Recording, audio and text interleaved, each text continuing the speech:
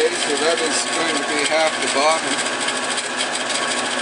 The better job you can do staying on the line when you're cutting these, the more wall thickness you'll have to play with.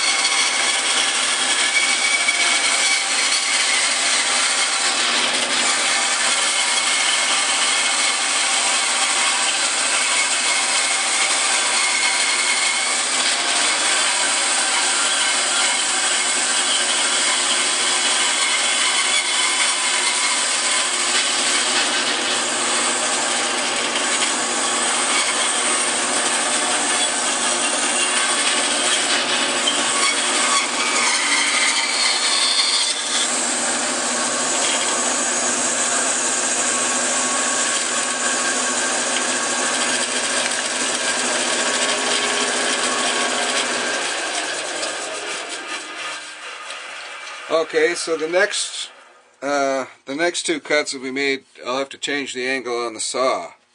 But before I change the angle on the saw, I'm going to cut the first two discs out of the other board.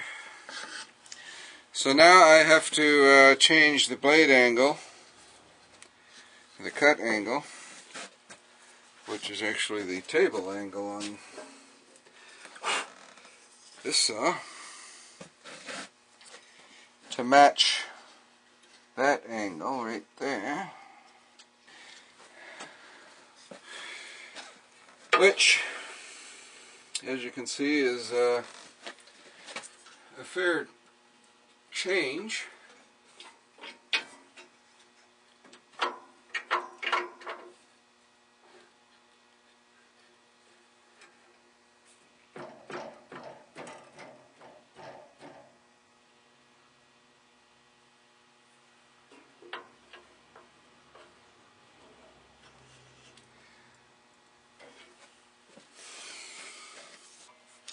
So now I cut the next two cuts at this angle.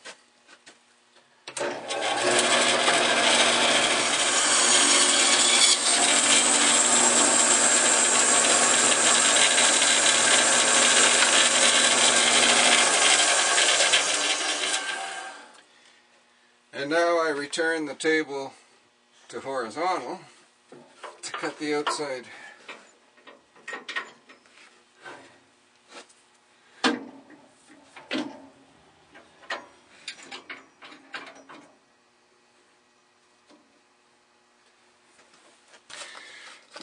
Okay, so now I can put my insert back in.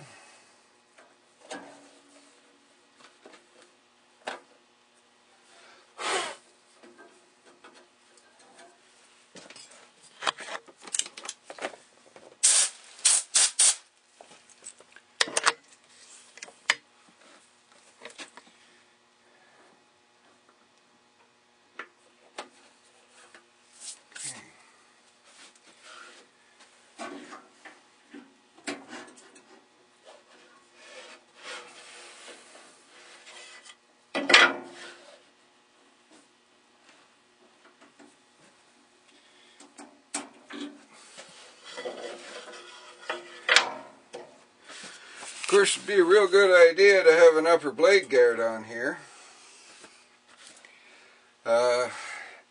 It's nice having it off when you're setting up the angles, but it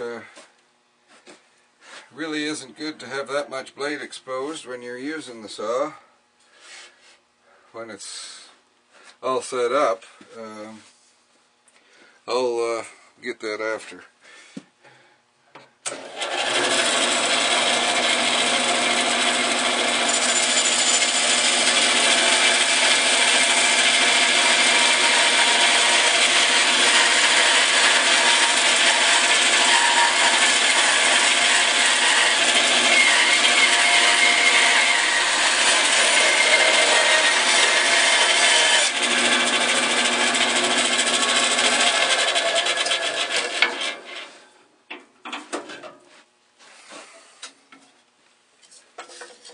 Okay, so there's the rings cut.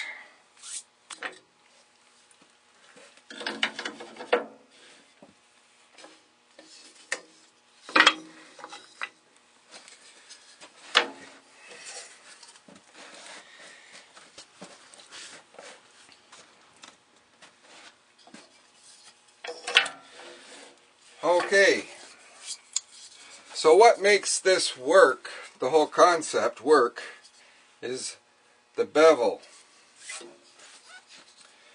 So because those edges are cut on a bevel, the ring that was outside there can now sit on top, and I've got almost 3/4 of an inch of glue surface on that particular one.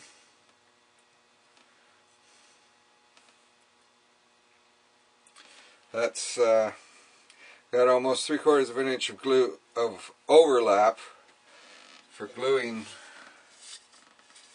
it together. And the next one,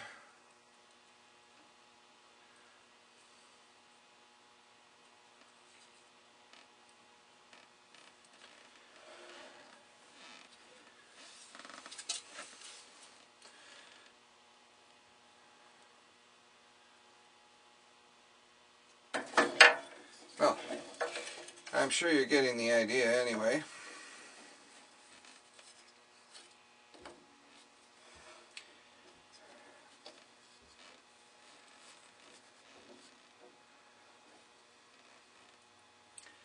So because those are beveled, there is an overlap when you stack them, and you can glue them together where they overlap.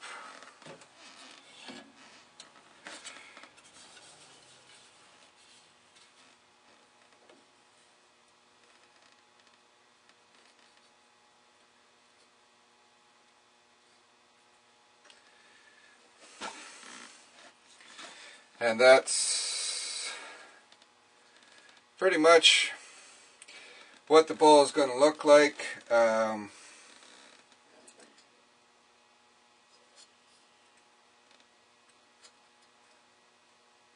will have some opportunity for shaping, but because these walls are only about 1/2 inch thick, if you're measuring this way, I don't know if they're even quite 1/2 inch. I don't have I can't put any big curves and swirls in it. It's going to be a very straightforward type of thing.